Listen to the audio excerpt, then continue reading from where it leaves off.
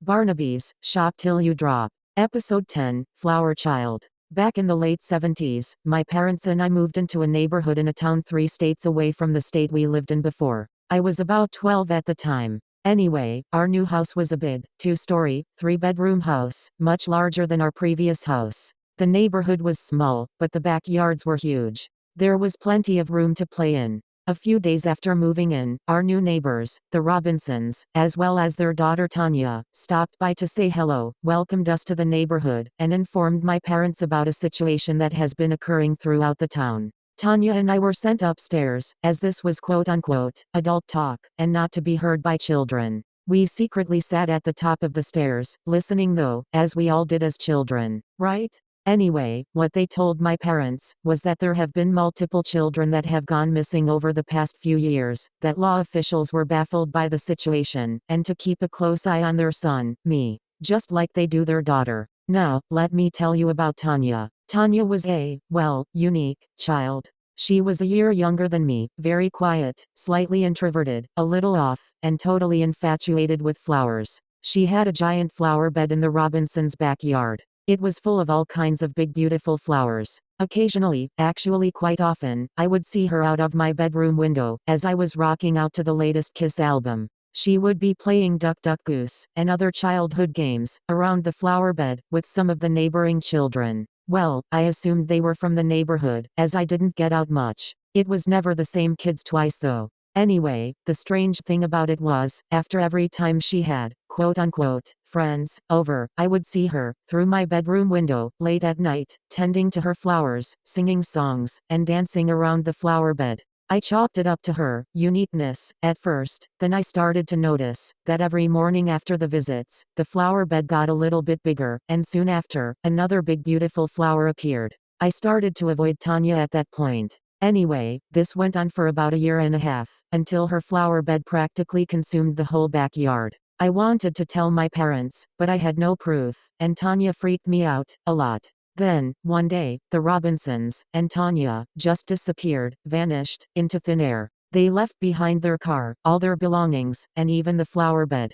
The house sat vacant for a couple years after that. All of Tanya's big beautiful flowers survived for a couple months, then died altogether. I kinda felt bad. I watered them a couple times, but I really didn't know how to care for them. I still don't for that matter. Anyway, I guess the town took over ownership of the property, eventually. Because, one day, I came home from school, and saw a moving truck, several police cars, and a pool installation vehicle, parked in the driveway. Apparently, someone bought the property, from the state, and planned to put a pool in where the flower bed was. A couple days later, newspaper articles revealed that the pool company began digging up the flower bed, and discovered the skeletal remains of an adult male, an adult female, and over 50 skeletal remains of small children, buried underneath the flower bed.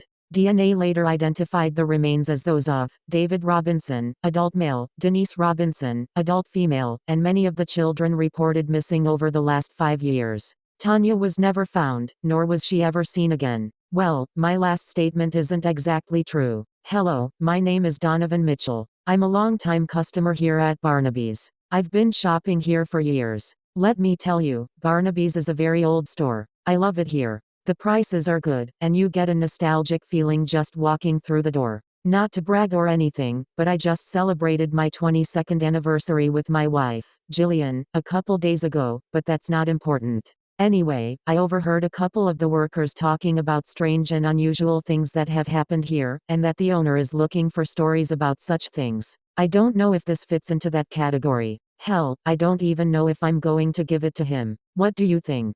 Anyway, I woke up a couple days ago, and found my honey-do list sitting on the counter in the kitchen. It was my day off, and my wife had to be to work at 8. So, I got to run errands. For those of you that don't know what a honey-do list is, it's a list, usually given to the man by his wife, his girlfriend, or significant other, whatever the case may be, of certain things that need to be completed that day. Anyway, I got my list, drank my coffee, drank more coffee, then decided to get started. The list wasn't that big, shouldn't take me long, I thought, maybe an hour or two. I'd still have plenty of time to catch the highlights of the Eagles game last night. Anyway, I changed the light bulb on the porch, mailed Aunt Betty's birthday present, and unclogged the drain in the bathroom. For as much hair as I pulled out of that drain, my wife should be bald by now. Anyway, I completed my list, except for one thing: pick up a few things from the grocery store. I thought, what better place to go than Barnaby's? So, I hopped in the car, and headed over there. With my list in hand, I started to gather the items: eggs, bread, milk, among other things. I couldn't get the lunch meat, because the deli was closed, due to an incident that happened the day before, but that's a different story. Anyway, being that my anniversary was the next day, I decided to pick up a vase of roses. While I was shopping, instead of going to the florist, and paying some astronomical price, I figured I'd go over there real quick, get what I needed, pay for my stuff, and be home in plenty of time to watch the highlights of the Eagles game. So, I went to the floral section, found the roses, and was standing there deciding which bouquet to choose, when out of the blue, I heard a small female voice from behind me say, "Welcome to Barnaby's, I'm new here. How may I help you?" I turned around, to see a middle-aged woman, about 5 feet 3 inches tall, a little chubby, with long black hair and glasses. She looked vaguely familiar. It didn't hit me, until I looked at her name tag. It read, Tanya.